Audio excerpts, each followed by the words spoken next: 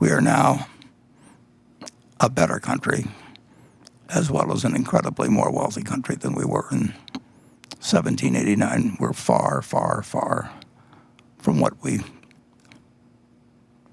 should be, will be, but we have gone dramatically in the right direction. It's interesting. We said in 1776, we said we hold these truths to be self-evident, that all men are created equal, endowed by their creative with certain unalienable rights. Among these are life, liberty, and pursuit of happiness. And yet, 14 years later, a year after we really officially began the country in 1789, adopted a constitution, we found that more than 15% of the people in the country were slaves.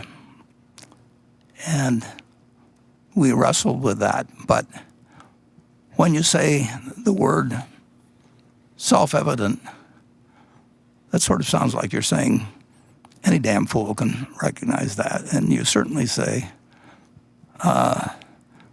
you can argue maybe a little bit about life and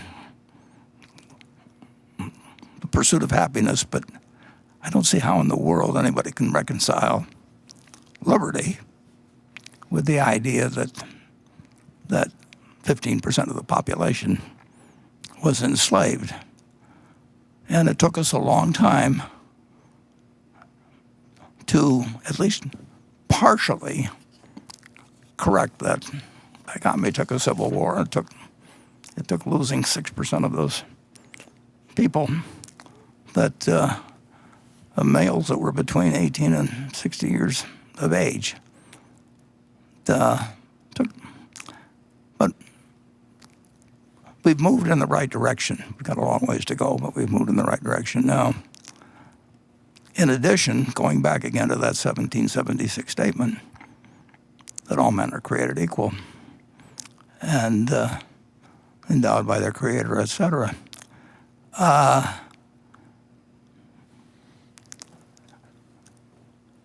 think it was self-evident to the 50% of the population that they were getting a fair deal for over half the lifetime of the country.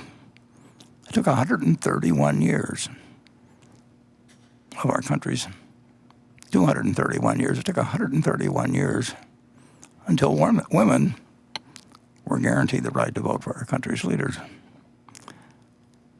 And then what's even more remarkable is that after we adopted the 19th Amendment in 1920, it took 61 more years until a woman was allowed to join those 8 males on the Supreme Court.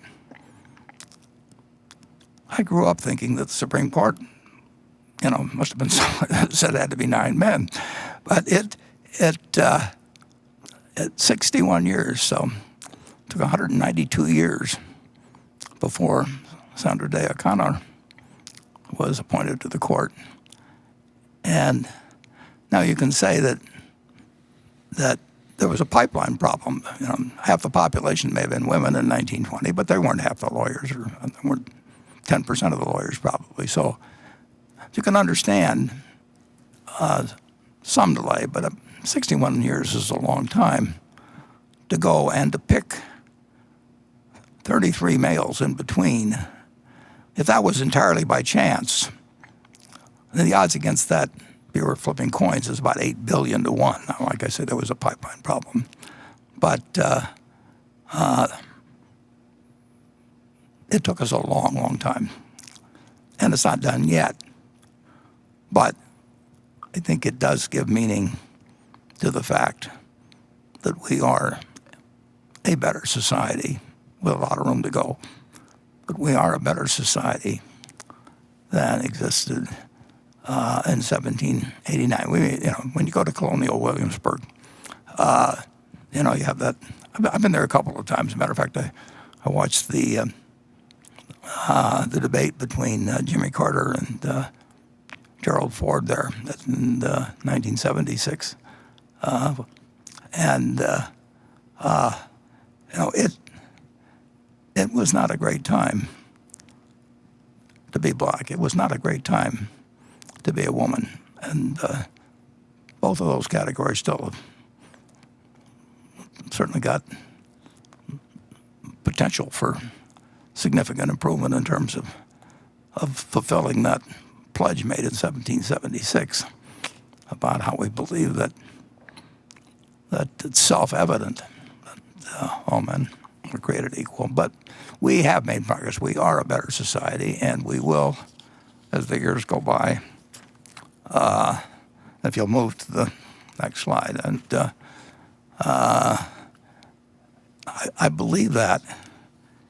And I think, let's see if I can get these slides in the proper order here.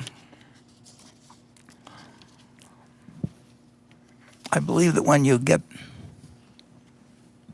through evaluating